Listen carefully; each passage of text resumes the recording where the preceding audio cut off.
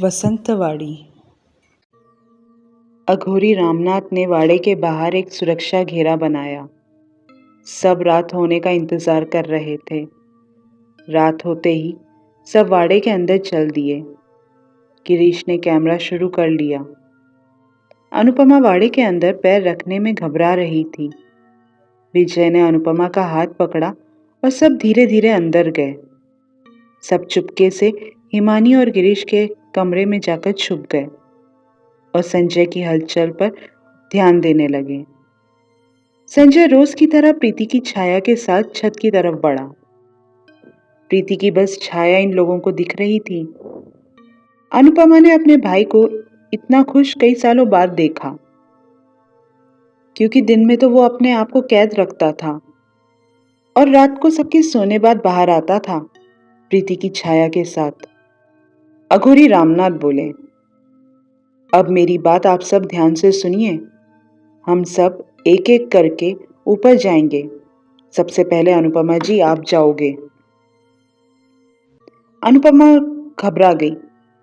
मैं नहीं जाऊंगी। विजय ने हिम्मत देते हुए कहा, डरो मत अनु, मैं तुम्हारे पीछे आऊंगा। रामनाथ जी बोले, आपको पहले जाकर संजय को बातों में उलझाना है ताकि उसका ध्यान प्रीति की छाया से हटे। तभी मैं प्रीति की छाया को अपने वश में कर पाऊंगा। उसके बाद संजय ठीक हो जाएगा? गिरीश ने पूछा। रामनाथ बोले, संजय ठीक तभी होगा जब प्रीति की छाया को मुक्ति मिलेगी। प्रीति की छाया को मुक्ति केवल संजय दे सकता है। प्रीति की छाया को भी विश्वास दिलाना होगा, उसे हमारी तरफ करना होगा। तभी आगे का कार्य प्रीति संजय से करवा पाएगी। अभी वो छाया केवल मेरे गुरु श्रीनाथ जी के वश में है, तो वो मेरे आदेश नहीं मानेगी। उसे मेरे बस में करके आगे का कार्य करवाना है। अनुपमा ने पूछा, मेरे भाई को कोई नुकसान तो नहीं होगा ना? अब इससे ज्यादा नुकसान संजय को क्या हो सकता है, जहां उसकी जिंदगी खत्म होने आ गई है, रामनाथ जी ने कहा। अनुपमा दुख से सर नीचे कर रोने लगी। रामनाथ जी ने कहा, मैं ऊपर भी सुरक्षा घेरा बनाऊंगा, जिसमें प्रीति की सहायता से संजय को लाया जाएगा। उसके सुरक्षा घेरे में आने के बाद ध्यान रहे, कोई आवाज नहीं होनी चाहिए। संजय को भ्रम की दुनिया से बाहर की दुनिया में लाने का वक्त काफी नाजुक होगा। अगर उस समय कोई भी व्यवधान हुआ तो वो सीधा संजय के मस्तिष्क पर असर करेगा, जिससे हो सकता है संजय की मृत्यु हो जाए या वो हमेशा के लिए दिमागी संतुलन खो बैठे और पागल हो जाए। वहां आप लोगों को भी कुछ भ्रम हो सकते हैं, तो ध्यान रहे वो केवल आपके नजरों का धोखा होगा। हमारे अलावा वहां कुछ नहीं हो सकता, कोई नहीं आ सकता। सबको इस कार्य के बारे में जानकर घबराहट हो रही थी। न जाने क्या होगा, क्या क्या देखना मिलेगा। अनुपमा को संजय की चिंता खाई जा रही थी। वो बोली, अगर मेरे भाई को कुछ हो गया तो रहने दो, हमें कुछ नहीं करवाना। अब तो वैसे भी हमें आदत हो गई है, जी लेंगे आगे भी। विजय बोले, पागल हो गई हो अनु, आज हमें संजय को ठीक करने का रास्ता मिल रहा है और तुम घबरा रही हो। वैसे भी वो जिंदा लाश की तरह ही तो जी रहा है। अगर ये क्रिया सफल हुई तो बची हुई जिंदगी तो वो अच्छे से गुजारेगा। हिमानी बोली, अनुपमा जी विश्वास रखिए, हम हैं आपके साथ। रामनाथ जी ने कहा, चलिए अब ज्यादा वक्त नहीं है हमारे पास। गिरीश, तुम एक काम करो, संजय के कमरे में एक डब्बा होगा, वो ले आओ। सब ऊपर छत की तरफ आगे बढ़े। अनुपमा सबसे आगे थी। गिरीश भी जल्दी से वो डब्बा लेकर पहुंचा और रामनाथ के हाथ में दे दिया। जब सब ऊपर पहुंचे उस समय संजय कुछ लिख रहा था, लिखते हुए बातें भी कर रहा था। अनुपमा ने धीरे से आवाज लगाई, भैया। संजय ने झट से पलटकर देखा। अनुपमा को इतनी रात को यहाँ देखकर वो घबरा गया। अनु, इस वक्त तू यहाँ क्या कर रही है? और विजय जी कहाँ हैं? तू रो क्यों रही है? धीरे से विजय भी वहां पहुंच गया। विजय बोले, अनु, तुम यहाँ आ गई? अब छोटा सा झगड़ा होगा तो क्या घर छोड़कर आ जाओगी? अनुपमा को तो वैसे भी रोना आ रहा था, वो बस रो रही थी। संजय ने कहा, विजय जी, आपने मेरी बहन से झगड़ा किया, वो भी ऐसे कि वो इस वक्त घर छोड़कर आई है। अनु, बताओ बात क्या है? विजय ने कहा, अरे इसे क्या पूछते हो, मैं बताता हूँ। विजय संजय को अपनी बातों में उलझाने की कोशिश कर रहा था।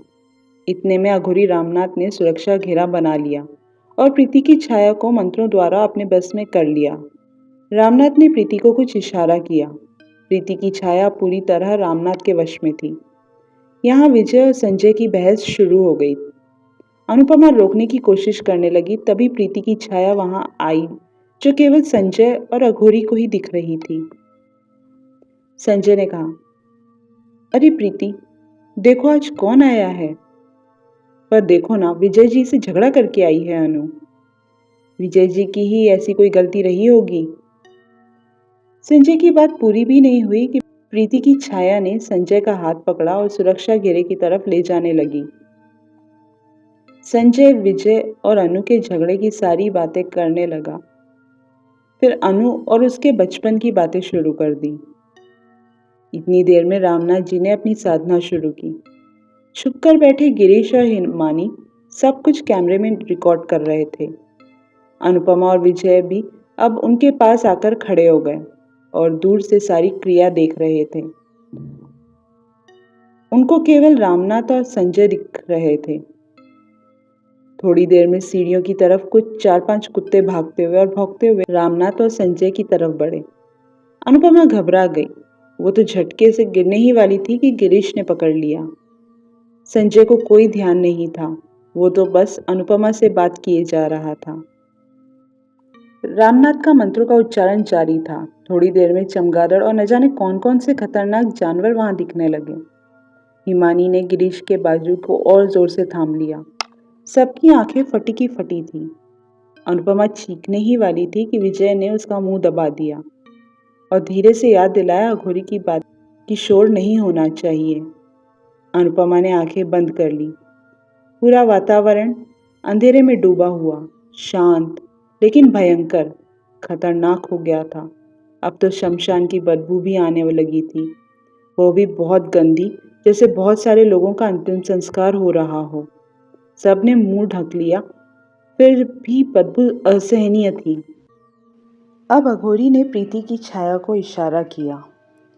प्रीति ने संजय से कहा, अब बस भी करो, कितनी देर से अनु अनु किए जा रहे हो, पक गई हूं मैं। संजय ने कहा, प्रीति, अचानक क्या हुआ तुम्हें? तुम और अनु के लिए ऐसे बोल रही हो? वो तो तुम्हारी पक्की सहेली है ना?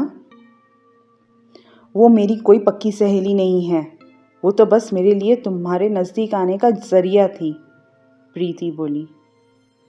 तुम होश में तो हो प्रीति, तुम क्या कह रही हो? संजय ने कहा, बिल्कुल होश में हूँ, सिर्फ तुम्हारे लिए बस, नहीं तो उस जैसी लड़की से तो मैं कभी बात भी नहीं करती। उस जैसी लड़की? कहना क्या चाहती हो तुम? संजय ने गुस्से में कहा। और नहीं तो क्या, जब तब घूमती रहती थी, कहाँ कहाँ जाती थी, किस किस से मिलती थी, शादी से पहले सब जानती हूँ मैं।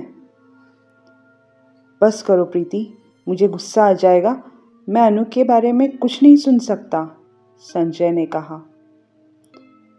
क्यों नहीं सुन सकते? कोई झूठ थोड़ी बोल रही हूँ मैं, वो थी ही ऐसी, प्रीति बहुत जोर से चिढ़कर बोली। संजय ने कानों में हाथ रखकर कहा, बस प्रीति, अब चुप हो जाओ, वरना अच्छा नहीं होगा। क्यों चुप हो जाऊं? थी ही तुम्हारी बहन चरित्रहीन।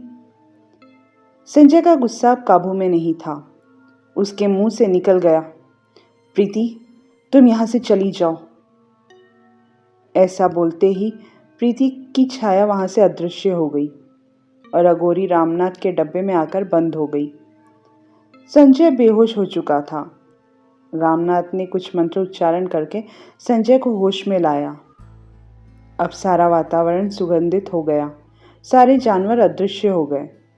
रामनाथ ने अनुपमा और बाकी लोगों को इशारा करके बुला लिया। दादा, तुम ठीक तो हो ना? अनुपमा ने पूछा। संजय को कुछ याद नहीं था, उसको बस प्रीति का अंतिम संस्कार याद था। संजय ने अनुपमा को देखा। अनु, तुम तो बूढ़ी हो गई। मुझे कुछ याद क्यों नहीं आ रहा? क्या हुआ था मुझे?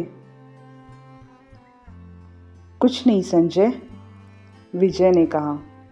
संजय ने विजय की तरफ हैरानी से देखकर पूछा, आप कौन? अनुपमा बोली, दादा, पहले यहाँ से चलो, हम सब बताते हैं। इतनी देर में अघोरी ने सारा सामान समेटा और निकल गया। हिमानी और गिरीश ने भी उसे जाते हुए नहीं देखा, जैसे वो भी अदृश्य हो गया हो। अनुपमा और विजय जैसे ही धन्यवाद देने के लिए पलटे तो वहां कोई नहीं था। सब हैरान थे। सब संजय को लेकर नीचे आ गए। धीरे धीरे संजय को मनोचिकित्सक को दिखाया गया। उसका इलाज शुरू हुआ। उसके सवालों के कई झूठे जवाब दिए गए, जैसे कि उसका एक्सीडेंट हो गया था और वो इतने साल कोमा में था। इलाज से धीरे धीरे फायदा होने लगा। संजय जीवन में आगे बढ़ चुका था। वाड़े में कोई भूत नहीं है, ये हिमानी और गिरीश ने अपने डॉक्यूमेंट्री में साबित कर दिया। अब उस वाड़े को खरीदने के लिए कई बड़े लोग तैयार थे, पर संजय ने मना कर दिया और वापस उस वीरान वाड़े को सजीव करने का निर्णय लिया। अनुपमा और विजय भी खुश थे कि संजय ने देर से ही सही अपने जीवन में सकारात्मक शुरुआत की है। वाड़े को रेनोवेट किया गया। अब कई परिवार वहां रहते हैं। प्रीति का परिवार का घर हमेशा के लिए बंद कर दिया गया। संजय वहीं रहता है और अब सभी वाड़े के निवासियों का ध्यान रखता है। ये कहानी इतनी ही। आप अभी सुन रहे थे कहानी बसंतवाड़ी। ये कहानी आपको कैसे लगी कमेंट करके ज़रूर बताइए। और नई कहानियाँ सुनने के लिए चैनल को सब्सक्राइब ज़रूर करिए। ये है यूट्यूब चैनल लावण्यास कॉर्नर, जहाँ मिलेगा आपको हर कहानी का मज़ा।